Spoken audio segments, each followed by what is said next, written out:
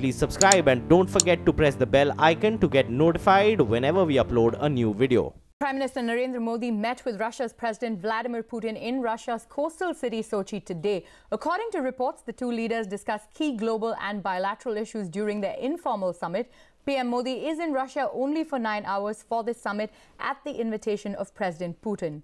This summit comes close on the heels of a similar meeting that the Indian Prime Minister had with China's President Xi Jinping just last month. लंबे अरसे से भारत और Russia एक अटूट मित्र रहे हैं। लगातार हमारे बायलैटरल मीटिंग होती रहती है, लेकिन मैं राष्ट्रपति पुतिन का बहुत आभारी हूं कि उन्होंने एक इनफॉर्मल समिट के रूप में, इनफॉर्मल मीटिंग के रूप में मुझे निमंत्रित किया। हमारे लिए खुशी की बात है, चाहे एससीओ जिसमें आपने बहुत बड़ी भूमिका अदा की भारत को परमानेंट मेंबरशिप दिलाने में, चाहे ब्रिक्स समिट हो, चाहे सीकांग हो, चाहे नॉर्थ साउथ कॉरिडोर की बात हो, हम मिलजुल करके एक के बाद एक अनेक मैकेनिज्म में साथ काम कर रहे हैं और सफलतापूर्वक आगे बढ़ा रहे हैं। In order to tackle the black money menace, the centre is taking stringent steps against shell companies.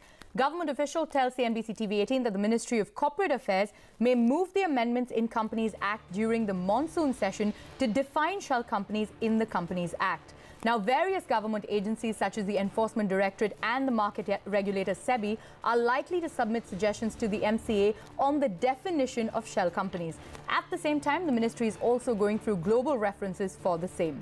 Further, in order to ensure that genuine companies are not designated as shell companies, a standard operating procedure or SOP will be set up.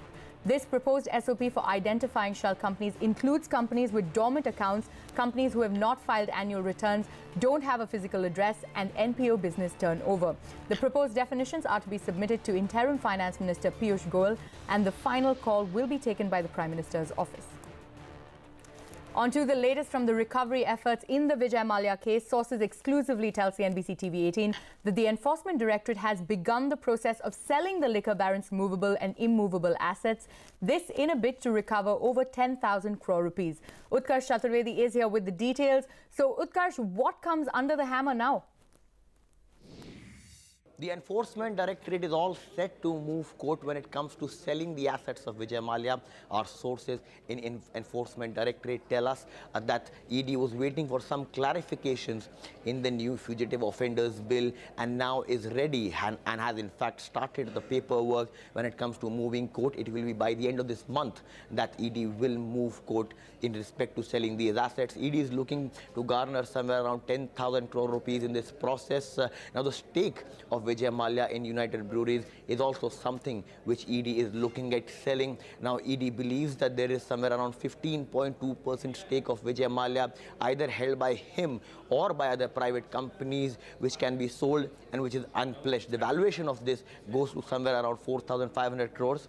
Apart from that, there is immovable assets of 6,000 crore rupees which ED is eyeing at selling. Now remember that this will be the first time after the fugitive offender bills come into place that ED will be moving court against one of these fugitive offenders. So it will be very important as this will set a precedent in courts when it comes to other fugitive offenders including Nirav Modi and Mehul Choksi.